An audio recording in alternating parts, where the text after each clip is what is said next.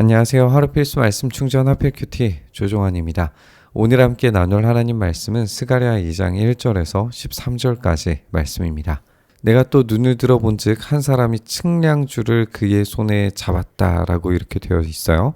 우리가 이전 본문에서 먹줄을 가지고 성전을 세우는 데 있어서 이 기초를 세우는 데 있어서 이 먹줄을 사용했다라고 하는 점을 우리가 살펴봤었는데, 오늘은 이 측량줄이 등장하는 것을 우리가 보게 돼요. 이 측량줄을 가르치고 어디를 가느냐 이렇게 물으니까 내게 대답하되 예루살렘을 측량해서 그 너비와 길이를 보고자 한다라고 그렇게 말을 합니다. 당연히 예루살렘이 얼마나 큰지에 대해서 궁금하다라고 생각이 들 수도 있겠지만, 지금 이 장면에서 이야기하고자 하는 것은 성전이 건축된 지 이제 5개월이 지난 상태라고 말씀을 드렸어요. 그러면 성전이 지어지고 그 외곽에 성벽이 있어야 성전이 안전하게 보호를 받게 되겠죠. 도시의 기능이 제대로 움직여지게 되는 겁니다. 그래서 에스라와 느헤미야도 이 성벽을 짓는 것을 굉장히 중요하게 생각했어요. 그러니까 먹줄을 통해서 성전이 이제 세워졌고, 그 이후에 예루살렘이 측량이 되어서 얼마나 큰 이 도성이 될 것인가에 대한 관심으로 이 보호에 대한 작업으로 연결된다라고 하는 것은 매우 자연스러운 논리적인 흐름인 거죠. 내게 말하는 천사가 나가고 다른 천사가 나와서 그를 맞으며 이르되 너는 달려가서 그 소년에게 말하여 이르기를 예루살렘은 그 사람 가운데 사람과 가축이 많으므로 성곽이 없는 성읍이 될 것이다 라고 이야기하라고 이야기해요. 지금 사람과 가축이 매우 많아지기 때문에 성곽이 없는 성읍이 될 것이다. 그러면 이 성을 보호하는 주체는 누가 될 것인가 라고 하는 질문이 이어지게 되는데, 여호와의 말씀에 내가 하나님께서 직접 불로 둘러싼 성곽이 되며, 하나님께서 출애굽 때 이 불기둥과 구름기둥으로 보호하셨다라고 하는 점을 생각을 해보면 불로 둘러싼 성곽이 된다라고 하는 게 어떤 의미인지를 우리가 상상을 하게 되죠. 그 가운데에서 영광이 되리라. 하나님 분명히 성전 가운데 임재하실 거예요. 그러면 그 영광스러운 임재 가운데에서 이 도성이 복과 은혜를 받아 이 풍성한 충만한 이 성읍이 되리라고 하는 것이 충분히 예상이 됩니다. 그렇게 사람과 가축이 많아지게 될 거예요. 근데 이 성읍을 보호하는 것은 결국에는 이 성벽이 중요한 게 아니라 하나님께서 임재하시는 게 훨씬 더 중요한 보호의 수단이 된다는 걸 우리가 알 수 있게 되죠. 물론 에스라와 느헤미야가 이야기했던 것처럼, 그리고 그렇게 실행했던 것처럼 성벽을 다시 쌓는 것도 매우 중요한 일입니다. 하지만 그보다 앞서서 훨씬 더 중요한 것은 하나님께서 돌아오셔서 임재하시고 하나님께서 보호하심 그 자체가 얼마나 중요한가에 대해서 이 두 번째 환상이 강조하고 있다는 것을 우리가 알 수 있어요. 결국에는 하나님의 임재, 하나님의 돌아오심만이 예루살렘의 강력한 보호고 성벽이 건축되는 방법이다라고 하는 것을 우리가 지적을 해볼 수 있습니다. 오라 너희는 북방 땅에서 도피할지어다 여호와의 말씀이니라. 이는 내가 너희를 하늘 사방에 바람같이 흩어지게 하였습니다. 하나님께서 이 하늘 사방 전 세계 가운데 온 우주 가운데 흩어졌다라고 그렇게 표현해봐도 좋을 것 같아요. 우리가 이전 장면에서 말들을 보내서 세계를 관찰하게 만드셨다라고 하는 점도 우리가 생각을 해보면, 하나님께서 이 하늘 사방에 바람같이 흩어지게 만드셨을지라도 그냥 내버려 두신 게 아니라 끝까지 살펴보고 계셨다라고 하는 점을 우리가 지적을 해볼 수 있을 것 같아요. 그렇게 하나님께서 흩어지게 하셨습니다. 바벨론 성에 거주하는 시온아 이제 너는 피할지니라. 이 바벨론 성은 파괴되고 심판을 받게 되었죠. 그렇기 때문에 피하라라고 하는 이 명령이 아주 정당하게 보여집니다. 이렇게 흩어지게 만드시고 또 멸망하게 만드시는 분이 하나님이십니다. 그런데 하나님께서 이 모든 사람들을 지금 한 곳으로 모으려고 하시는 거죠.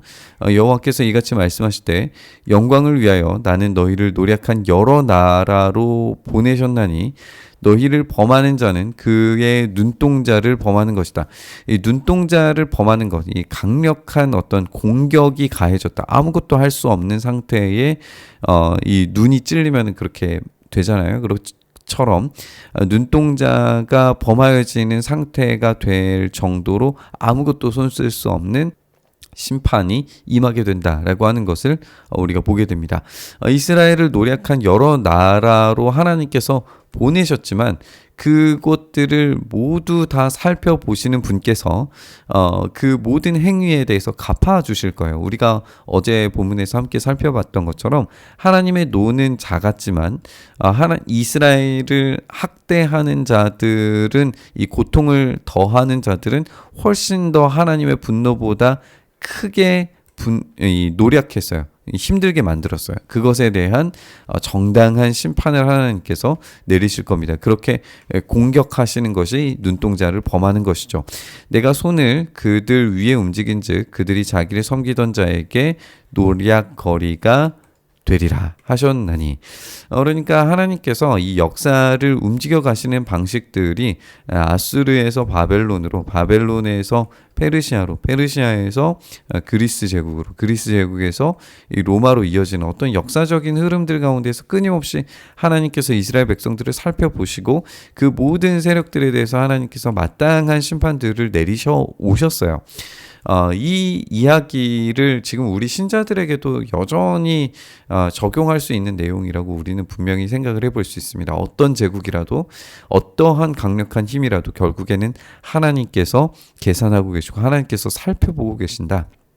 하나님께서 신자들의 고통과 아픔에 대해서 갚으실 거다. 우리는 이 사실에 대해서 잊지 말아야 합니다. 여호와의 말씀에 시온에 따라 노래하고 기뻐하라. 이는 내가 와서 내 가운데에 머물 것입니다. 하나님께서 머무실 것이에요. 우리가 이제 성전에 대한 이야기, 아까 이제 이 측량줄에 대한 이야기도 함께 살펴봤지만 하나님께서 임재하시면 이 보호는 하나님으로 말미암아서 자동으로 되는 거예요. 불로 보호하신과 마찬가지로 하나님께서 임재하실 때에 그 강력한 보호가 임하게 되는데 그날에 많은 나라가 여호와께 속하여 내 백성이 될 것이요. 여기에서 많은 나라가 하나님께 속하게 된다라고 하는 점을 우리가 생각을 해보면 지금 하나님의 임재가 있는 이 성전에 어떤 이 성벽이 없이 많은 나라들이 한꺼번에 들어와서 이 하나님의 임재를 경험하고 여기에 새로운 공동체가 만들어지고 세워질 것이라고 하는 어떤 기대감이 생기게 만들어지죠. 사실 이것은 원래 이스라엘이 해야 했던 일이기도 했어요. 처음부터 우리가 되돌아가서 생각을 해보면 아담은 에덴을 확장해서 이 왕 같은 제사장의 역할을 했어야 했습니다. 그리고 이스라엘은 이 예루살렘을 통하여서, 이 성전을 통하여서 이 약속의 땅을 확장해서 하나님의 나라의 성취를 보여줘야 했어요. 그런데 에덴도 실패했고 첫 번째 이 성전도 실패를 했죠. 그리고 이제 세워지는 이 성전 가운데 하나님께서 임재하셨을 때에 그 많은 나라가 하나님께 속하면서 이 성전의 확장, 하나님 나라의 확장을 이루도록 경험해야 돼요. 그것이 하나님께서 성전을 복구하시는 목적이고 되돌아오시는 목적입니다. 근데 이 되돌아오시는 이 성전이 과연 그런 기능을 했느냐라고 질문을 해본다면 사실 스룹바벨 성전이나 헤롯 성전도 그런 기능을 실패했다고 볼 수밖에 없겠죠. 하지만 우리는 이 문제에 대한 이 해석에 대한 정답을 가지고 있어요. 물론 이제 거기까지 너무 확 점프하는 것이 부담이기는 하지만 우리가 성전 되신 예수 그리스도를 생각을 하면 이 모든 예언이 어떻게 어떤 방식으로 성취되었는가를 우리가 알 수 있죠. 우리는 요한계시록을 통해서 그곳에는 성전이 존재하지 않고 예루살렘만 존재하는 것을 우리가 보게 돼요.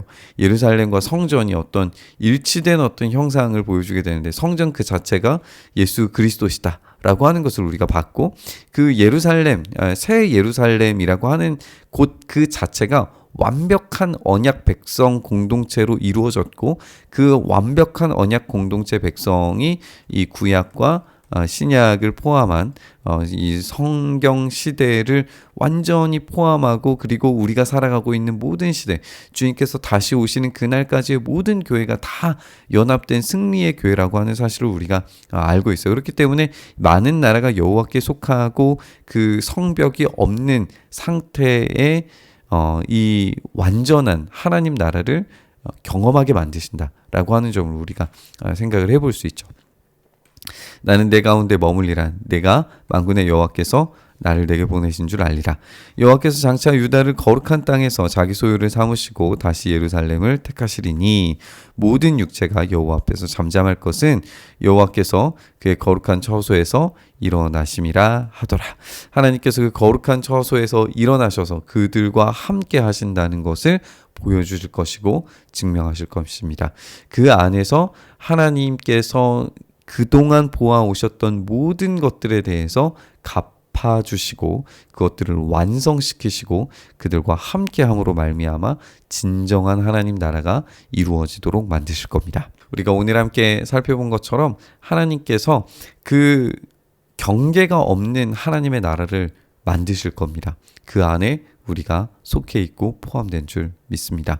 하나님께서 그 언약 백성들, 새로워진 그 언약 백성들의 그 호소와 그 눈물과 아픔까지도 모두 다 해결하시고 갚아주시고 그 고통스럽게 만드는 나라들에 대해서 복수하시겠다라고 말씀하시는 것을 우리가 읽게 됩니다. 그리고 그 안에 있는 하나님 나라의 안에 있는 사람들이 얼마나 큰 풍성함을 누리게 만드실지에 대한 이야기도 우리가 함께 나눴습니다. 그것이 바로 교회에게 허락된 놀라운 영광스러운 약속인 줄 믿습니다. 우리가 그 약속된 영광스러운 일하심이 우리의 삶 속에, 우리 교회 안에 경험될 수 있기를 위해서 간절히 기도했으면 좋겠습니다. 하나님께서 그 아픔을 아시고 갚아주십니다. 그리고 그 일을 우리 가운데 행하실 줄 믿습니다. 우리가 이 믿음과 소망을 가지고 우리 묵상의 자리로 나아가시죠. 주님, 그렇게 우리의 삶 속에 하나님께서 일하시고 역사하실 줄 믿습니다. 주님의 놀라우신 통치와 일하심 가운데에서 우리를 향하신 하나님의 계획이 선명하게 드러나서 하나님 나라가 완전히 온전하게 확장되고 그 안에서 풍성한 하나님 나라의 열매들이 맺혀지고 경험될 수 있도록 역사하여 주시옵소서. 그 일 우리 가운데 행하시기를 간절히 바라고 소망하며 우리 주님 예수님 이름으로 기도드리옵나이다. 아멘.